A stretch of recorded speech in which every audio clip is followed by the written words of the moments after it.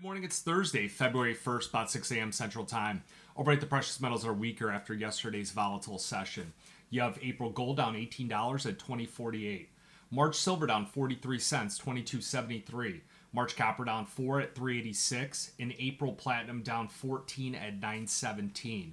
So 1 minute here on the Fed. Obviously, it's over. They left rates unchanged.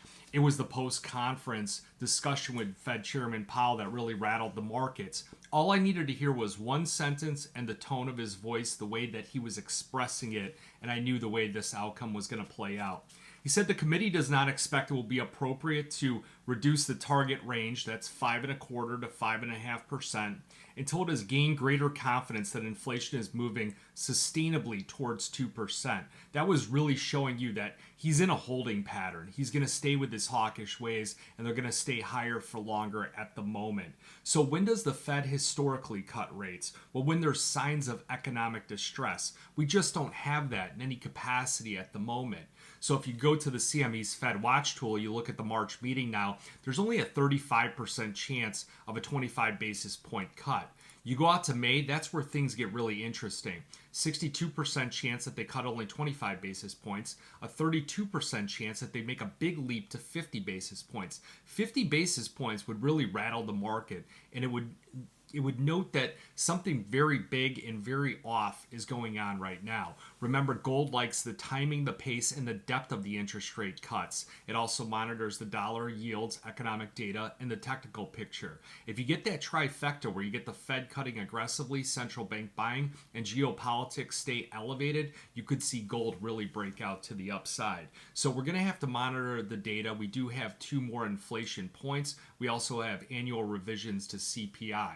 Now, if you look at some things coming out here today, we've got the non-farm productivity index, we've got unit labor costs, we also have initial jobless claims. The initial jobless claims and also the continuing claims, that's going to affect gold, the dollar, and yields. You want to see elevated levels. You want to see that 1.835 million level of exceeding the expectations in order to get gold heading higher, dollar going up, going lower, and then yields also pulling back.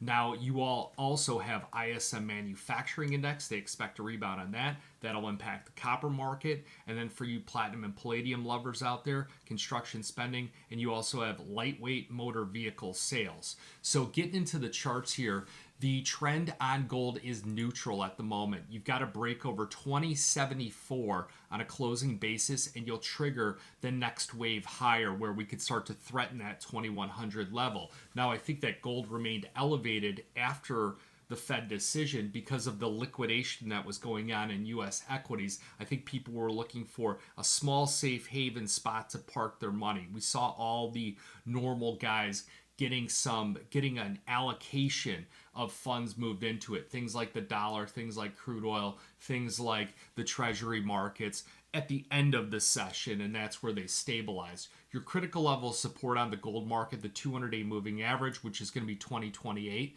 And then you push onto the silver market. I don't really like this chart at all on silver at the moment. There is an upward trend line that looks like it's still intact here pretty well. It connects onto that April 22nd low. If you look the way we're rolling over right now, we could have a little air pocket here where we could break down and achieve like a 2251. Right now we're at 2276, kind of that first line of support. I like to see prices trade back higher over 23 and ultimately break through a trend reversal point, which is 2369. If you guys got any questions, give me a call, 312-858-7303. Remember, futures option trading does involve risk of loss, may not be suitable to all investors. Good luck and good trading.